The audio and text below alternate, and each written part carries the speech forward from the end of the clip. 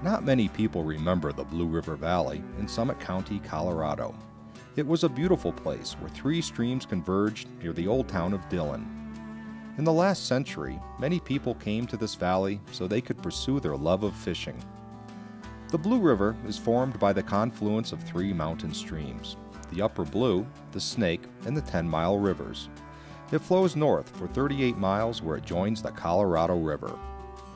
In the 1960s, this beautiful valley of the three rivers became Dillon Reservoir with the construction of the Dillon Dam. This created an interesting side benefit for newly incorporated Silverthorne, Colorado. Summit County Commissioner Bill Wallace explains. It's amazing how the actually fish food was created that formed in the dam and actually then moved down the Blue River. And fishermen just discovered that the Blue River below the dam was just a mecca for trout fishing. The Blue River is one of 12 gold medal fishing streams in Colorado. Its close proximity to Denver makes this a popular fishing destination. Anglers also take advantage of the river's easy highway access. But the Blue River has its problems. The wide, shallow river was not created for low regulated flows. The same nutrient-rich water from the bottom of the reservoir is also unnaturally cold. This situation has been monitored by the Division of Wildlife's regional manager, Tom Kreening. In many cases, the cold water combined with being on a shallow area makes it tough for fish. And it makes it tough for them from the standpoint of reproduction, from the standpoint of being able to hide from other fish, being able to hide from anglers, and just be able to get the oxygen and the things that they need. The Blue River needed help. Heavy angling pressure was pushing the fish to their limits, and the local economy would suffer if the river lost its gold medal status.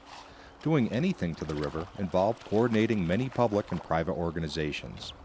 Fortunately, the Building Bridges project was created to do just that. It was initiated in part by Northwest Colorado Council of Governments' Gary Severson.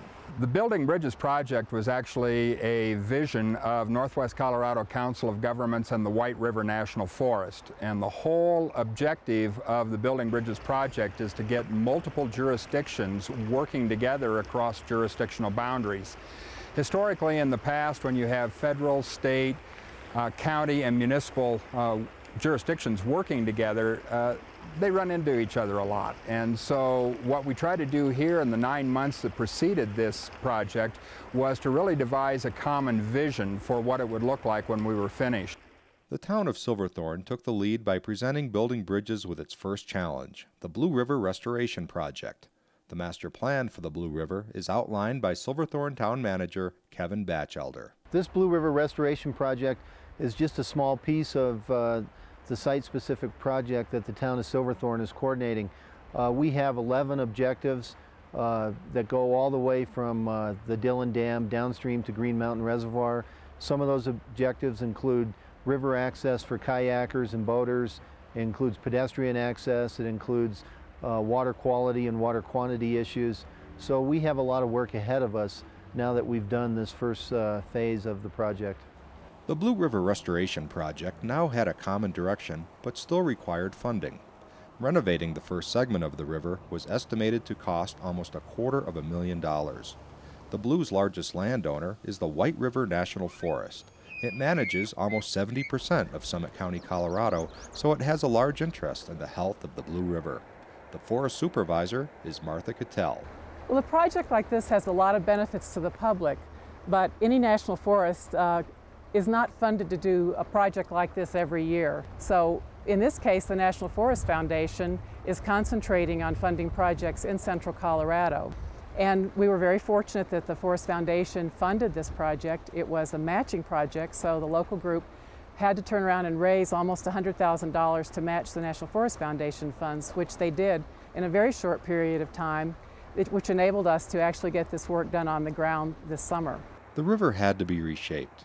The consensus for the design was for a natural-looking river and not a landscaped one like a previous effort.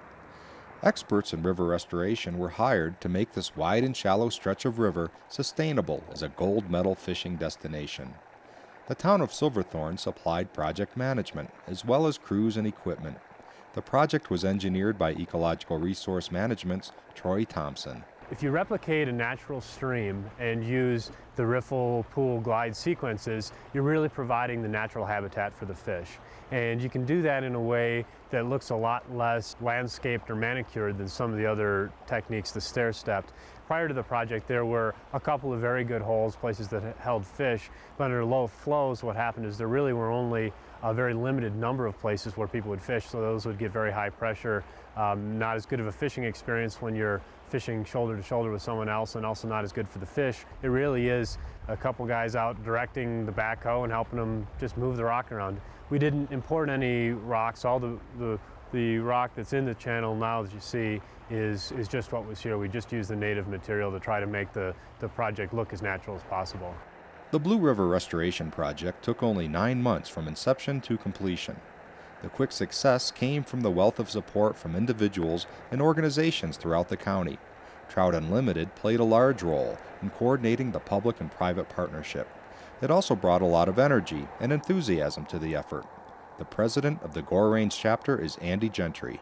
People ask me all the time, how'd the river turn out? And I think overall, if you compare what it was before to where it is today, there's a dramatic difference. We were able to improve the habitat dramatically, and I think in the long run you'll see a dramatic difference in the productivity of the river and how many fish are actually going to be able to be caught in the river. One of the more frequent visitors to this stretch of river is local businessman and fishing guide Trapper Rudd. Literally within hours after some of the holes were constructed, you would find fish in them, which is wonderful. And it was done in such a way that it kind of made it a natural habitat, and the fishing's greatly improved.